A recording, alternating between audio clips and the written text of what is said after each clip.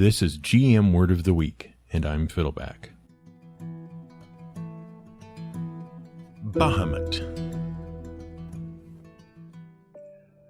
You know something is odd.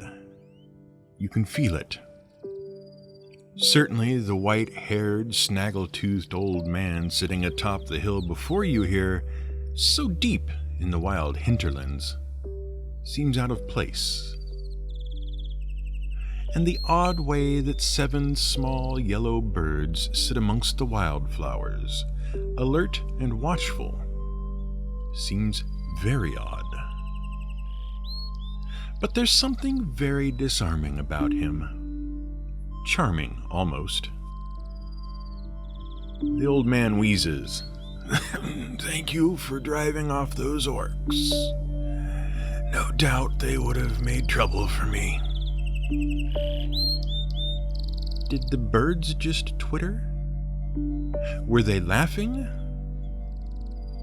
"You are a very brave warrior, and I appreciate bravery. Perhaps a reward is in order. Come, kneel before me." Although his voice remains that reedy, hoarse, old man voice, there is a command in it that won't be ignored. Something that speaks directly to your mind, your soul. And suddenly, the hilltop is consumed with radiant white light, and a massive dragon sits atop it. You can barely see it, for the light is almost blinding, and you whisper in wonder, "Bahamut."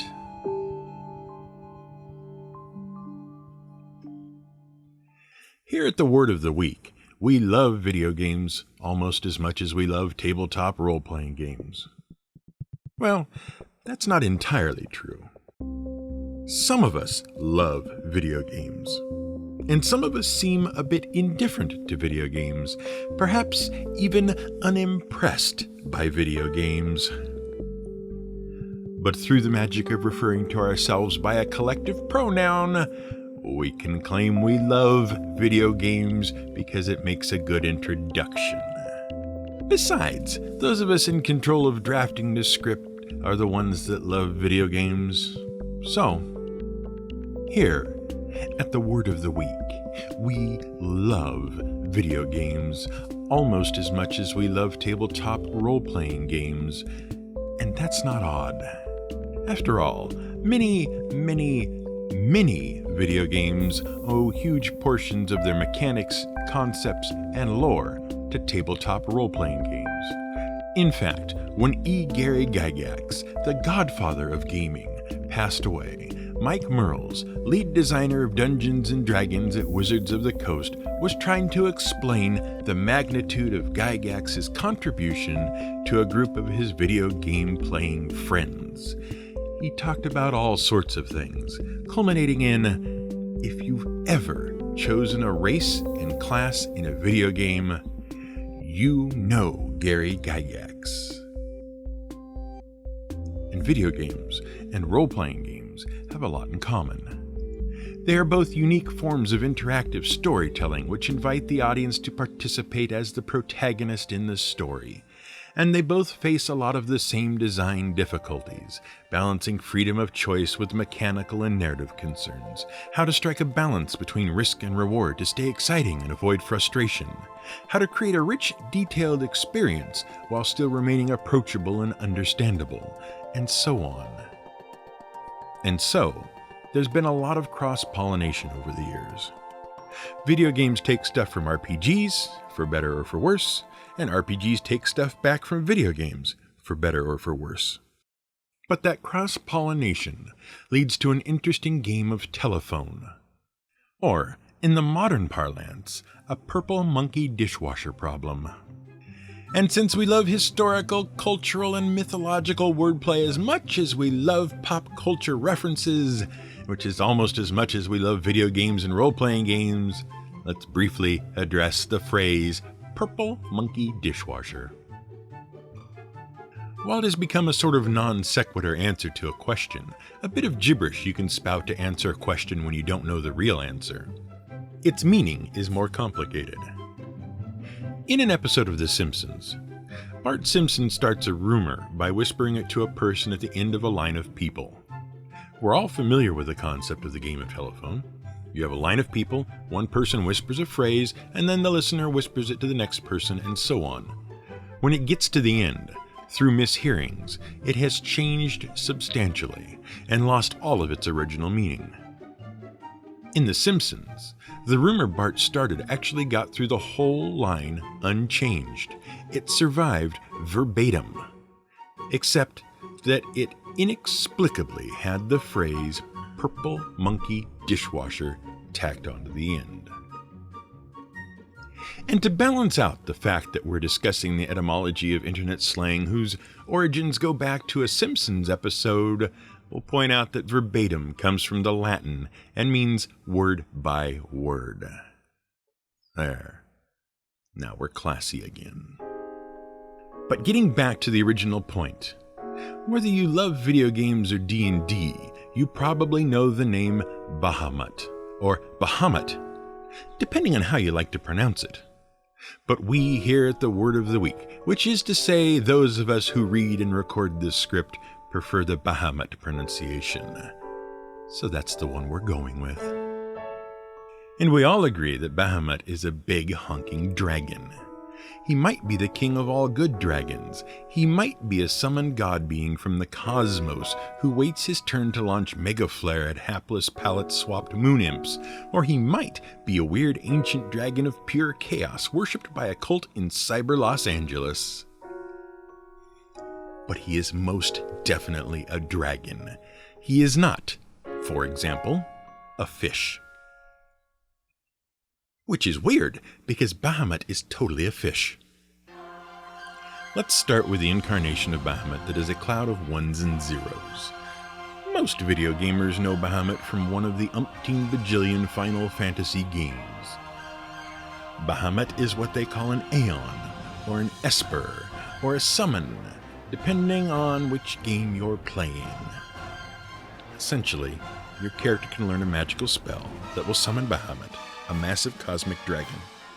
He'll play this overly long intro cinematic, and then he'll launch an attack called Mega Flare, in which, basically from orbit, he will rain down a blast of white-hot plasma that burns with the heat and light of 1,000 suns. Then, some numbers will pop out of the enemy indicating that they've lost about 1/4 of their hit points. And then he'll vanish back into the cosmos. Because for all their pomp and circumstance, most Final Fantasy summons are just basically the same magic spells any old wizard can cast with a huge amount of over-the-top pomp and circumstance and an unskippable 6-minute cutscene. It's kind of like going to Las Vegas to watch a stage magician. There's a lot of glamour and glitz and lights and music. But in the end, it's still the same card trick your nephew won't stop showing you from Magic for Dummies.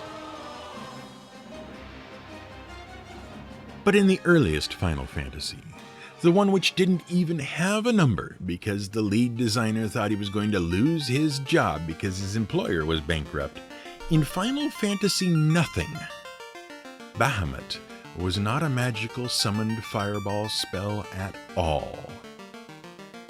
Instead, he was the king of the dragons and lived in a castle, and if you proved your bravery, he would let you power up from a basic class to an advanced class.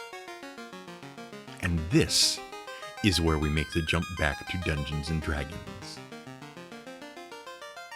We know that the earliest video role-playing games like Dragon Quest and Final Fantasy and Ultima were all inspired by Dungeons & Dragons, partly because there's a lot of jargon in common and a lot of common mechanics and game elements, and partly because the game designers of these early games pretty much admit it outright. And by the time of the first Final Fantasy, Bahamut was the platinum dragon in D&D. He was the god of the good-aligned metallic dragons. At the time that Final Fantasy was rescuing Hironobu Sakaguchi's job at video game publisher Square, the edition du jour of Dungeons & Dragons was Advanced Dungeons & Dragons, the first one. But AD&D didn't have a number because they probably never envisioned an AD&D 2E or D&D 3 or 3.5 or 4 or Essentials or 5. The Manual of the Planes by Jeff Grubb had just hit the shelves, and it detailed the cosmology of the D&D multiverse. And in the description of the Seven Heavens, it explained that the dragon god Bahamut dwelled on the seventh layer of the seventh heavens. Heaven number 7. But maybe he lived on the first or fourth layer, or perhaps he actually lived in the elemental plane of air. No one was sure. And that little detail goes back to the first mention of Bahamut as Bahamut in a D&D product. In the AD&D Monster Manual, the Platinum Dragon was given the name Bahamut. He was the king of all good dragons, and he dwelled somewhere beyond the east wind, according to the manual. It then went on to explain that that might be metaphorical, or it might have something to do with the elemental plane of air.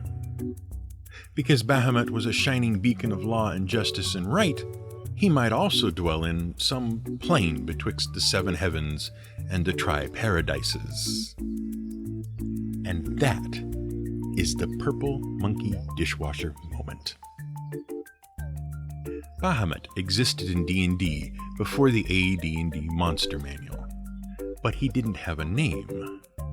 In the 1976 Supplement 1, Greyhawk by E. Gary Gygax and Robert J. Kuntz, 2 regal dragons were named: the King of Lawful Dragons and the Queen of Chaotic Dragons, with an odd minor potshot at the women's liberation movement included as a parenthetical. The King of Lawful Dragons, the Platinum Dragon, is pretty much Bahamut, except without the name, and that's important. Why? And what did we mean about fish before?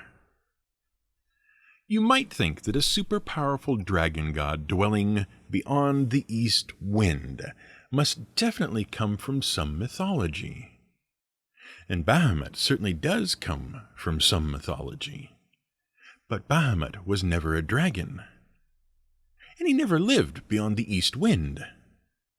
Bahamut was a cosmic fish. According to Arabic folklore, Bahamut was a massive fish with the head of a hippo. He was so unimaginably huge that the very sight of him would shatter the mortal mind. And he had to be huge, because he held up the earth.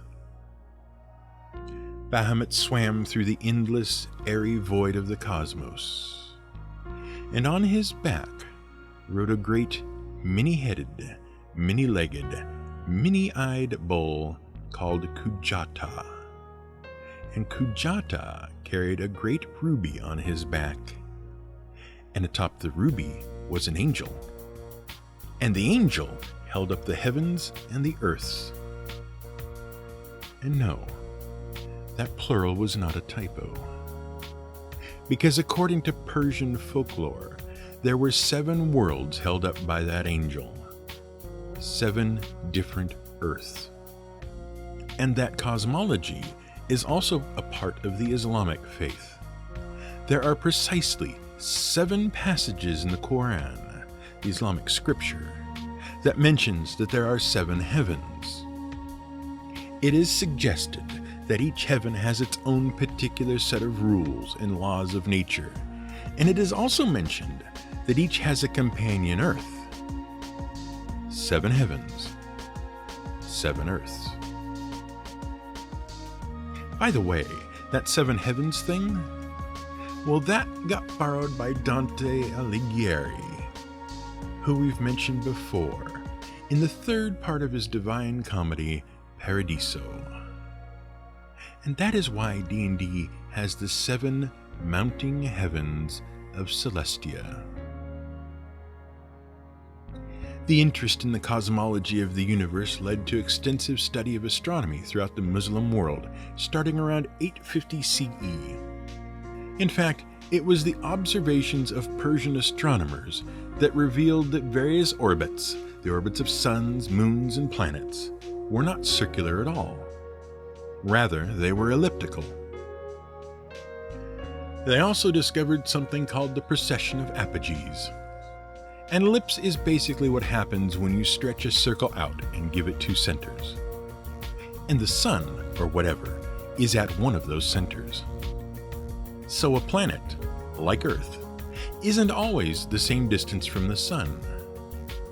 But what's really interesting, and what remained unexplained until Albert Einstein came along, is that the closest point moves around the sun. The whole affair is a bit wobbly, so if you trace the orbit of the Earth around the sun over many, many, many long ages, it loops and curls in a flowery sort of pattern. And if you ever had a spirograph toy as a kid, you know what we mean. So how did Bahamut, the cosmic fish at the bottom of the stack of things that held up 7 different Earths, become Bahamut, the platinum dragon? Well, we don't know. It appears that Gygax, or one of the other people who worked on the monster manual, figured the king of all good dragons needed a name, and the name Bahamut sounded like a good name, and thus Bahamut is now a dragon wherever Bahamut is called Bahamut.